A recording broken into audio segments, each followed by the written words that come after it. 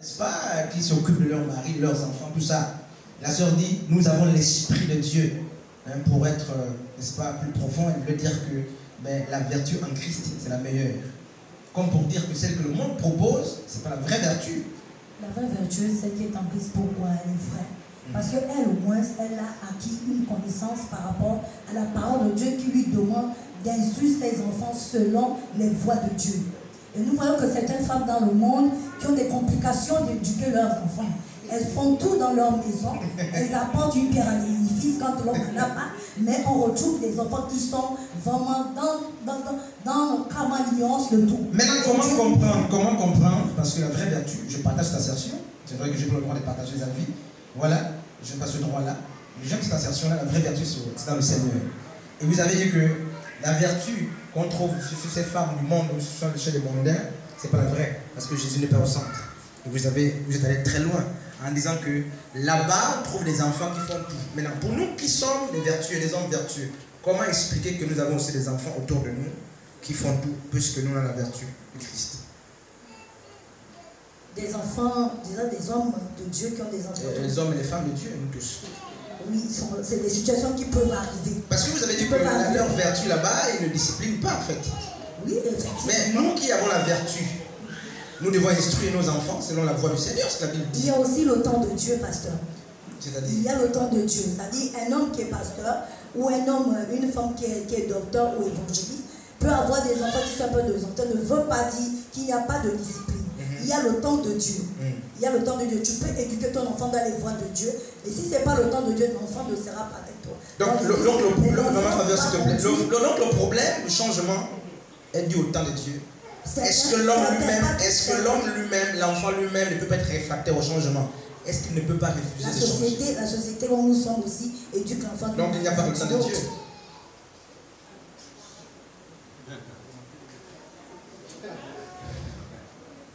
Je vais dire le prophète Emmanuel. On va d'abord parler avec la sœur Gaïla.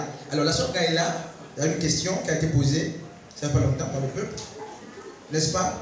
Qu'est-ce qui explique la déviation des jeunes femmes chrétiennes, jeunes filles en Christ? Certains ont dit c'est manque de repères. Alors comment tu expliques cela? Pourquoi les jeunes femmes chrétiennes, n'est-ce pas, sont dans la délinquance? Elles se donnent à tout. Est-ce que ce sont les repères qui manquent? Est-ce que ce sont les prédications qui manquent? Est-ce que ce sont les enseignements qui manquent? Qu'est-ce qui explique ce fléau? De ma part, je dirais d'abord, c'est d'abord les repères qui manquent. Les repères? Les repères qui manquent. C'est-à-dire les repères? Le manque les repères en fait. Quand la soeur Gaïla dit les repères manquent, ça veut dire quoi? Il n'y a pas de gens sur qui s'appuyer, il n'y a pas de modèles, c'est ça? Oui, je peux dire qu'il n'y a pas de modèle pour s'appuyer. Et je pourrais aussi dire à travers son manque d'engagement, le manque d'engagement de sa part, et elle n'a pas une bonne alimentation de la part de son instructeur. Devant elle se détourne de la face de Dieu. Je souhaiterais, n'est-ce pas, qu'on m'explique la théorie des 3A. Là, vous êtes 9. La théorie d'Adam, la théorie de Ève, la théorie de l'anneau. N'est-ce pas? Quelle est la place de cette théorie de 3A, n'est-ce pas, pour les femmes que vous êtes aujourd'hui? Vous connaissez de quoi je parle? Maman Diane? On va commencer par Maman Anne. La théorie des 3A. La théorie de la séparation qui s'explique par les 3A. On a vu ça ici. La théorie d'Adam, la théorie de l'anneau, n'est-ce pas? Et la théorie d'Agorazo. Quelle est la place de ces 3 théories dans votre ministère? Maman Anne.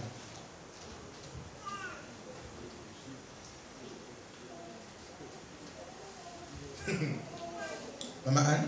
Non, si c'est pas bon, on passe très vite. Voilà. Le sœur Maya, voilà. On passe. Non, faut pas me jeter le micro aussi.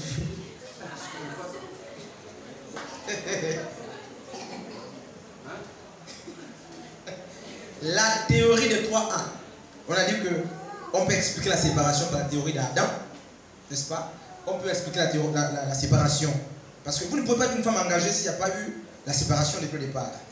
Voilà, vous ne pouvez pas être une jeune femme dans le Seigneur s'il n'y a pas eu séparation. Donc, cette séparation, on l'a expliqué par la théorie des 3A. Soit on passe par Adam, on peut passer par l'anneau, n'est-ce pas? On peut aussi passer par la théorie d'Agorazo, le marché public du péché où on a été vendu. Je souhaite qu'on me fasse un rapport, n'est-ce pas, entre la théorie des 3A et le ministère de la femme. Maman Esther. Je ne peux pas, tu passes à ma faveur, direct. Le 3A. Bon, on peut dire pour la théorie d'Adam, c'est la séparation par la désobéissance. Désobéissance au Seigneur. Non, c'est pas moi que je regarde, tu parles en fait. Maman Diane, maman Anne, maman Faveur. La théorie de la séparation, nous allons revenir dans Genèse, l'olivier franc et l'olivier. La prononciation des mots m'échappe souvent. Lorsque le péché a eu. Non, en fait, quel est le rapport? Comment expliquer la place de la femme ou le ministère de la femme par la théorie de 3A? C'est-à-dire la non Adam Agorazo.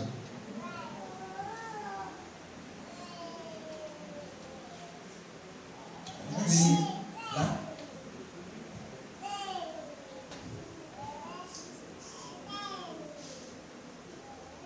On passe.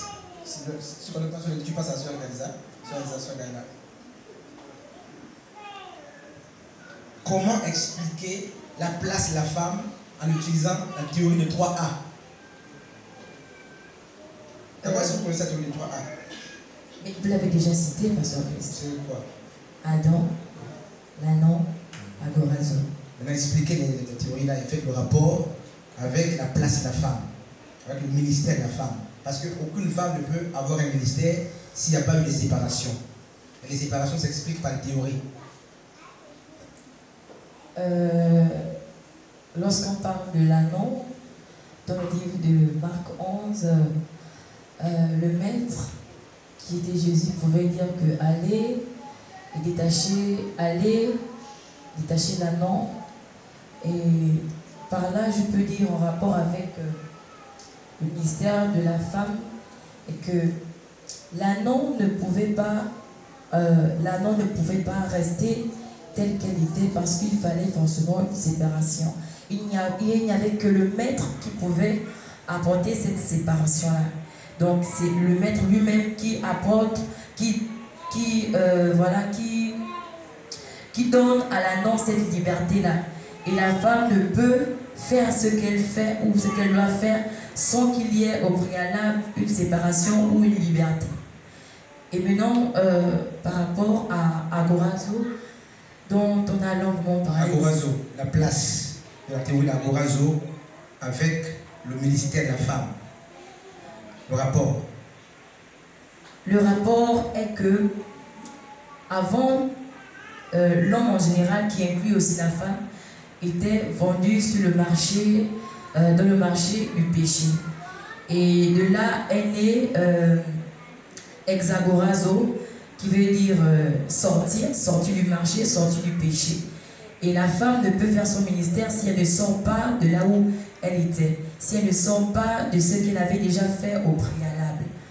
Et on a aussi l'utro, qui veut aussi très bien dire la délivrance. Donc la femme, par le ministère de la femme, elle est aussi libre.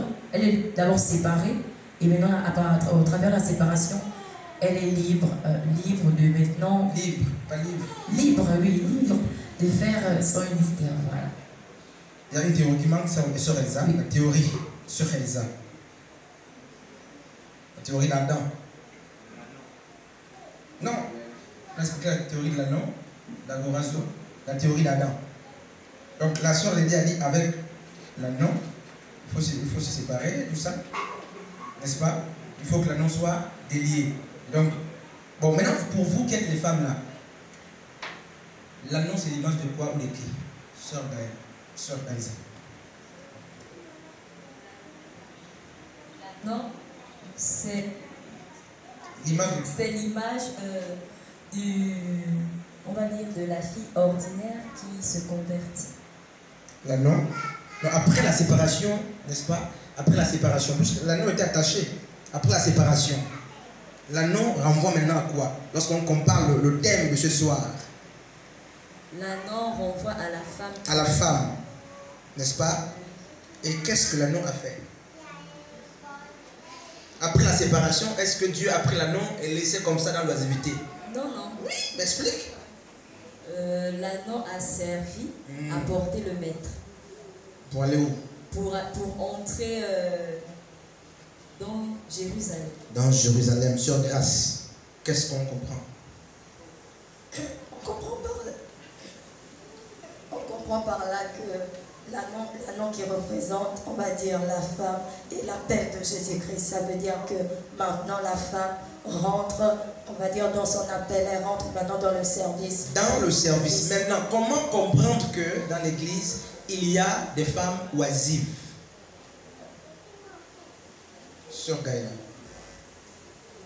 Parce que après la séparation, la séparation, la délivrance de l'anneau, Jésus n'a pas livré l'anneau, n'a pas laissé l'anneau sans l'utiliser. Comment comprendre qu'il y a de nos jours des femmes qui ne font rien dans l'église?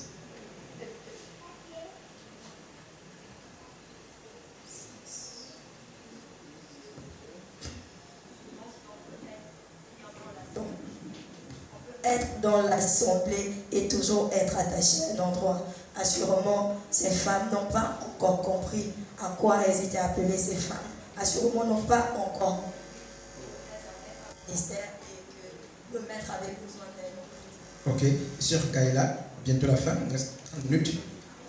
N'est-ce pas? Sur Gaïla, est-il normal qu'il y ait dans nos assemblées des femmes inactives?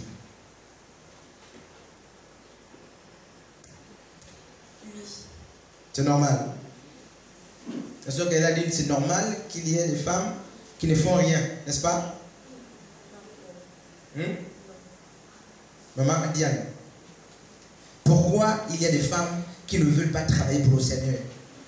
Puisque vous avez dit ce soir que la femme peut avoir un ministère. Est-ce que c'est parce qu'elles ne connaissent pas leur ministère? Est-ce que c'est parce qu'il n'y a pas de repères? Est-ce que c'est parce qu'elles ne sont pas pour la plupart séparées? C'est pas encore compris que c'est une femme.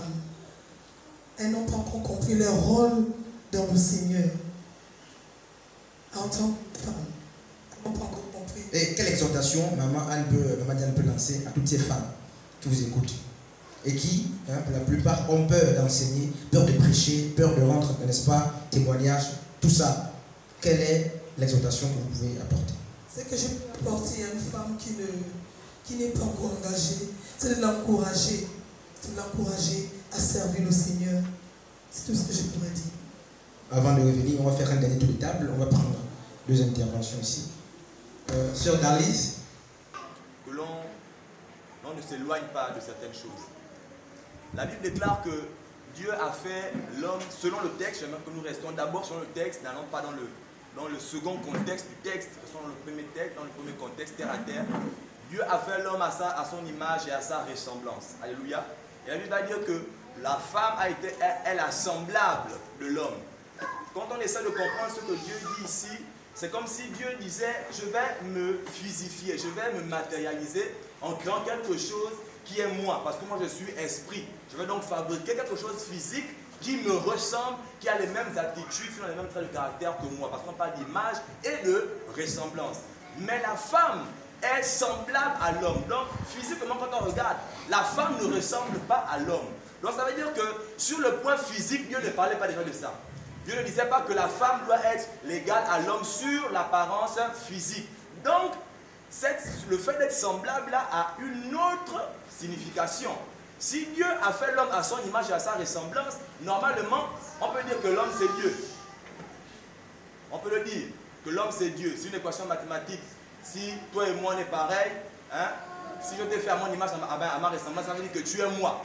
Je t'ai conçu selon moi, selon que je voulais. L'homme c'est Dieu. Mais qui est fait directement, qui est semblable à l'homme, c'est la femme. Si l'homme c'est Dieu, donc ça veut dire aussi que la femme est aussi semblable à Dieu. Et la femme n'est pas venue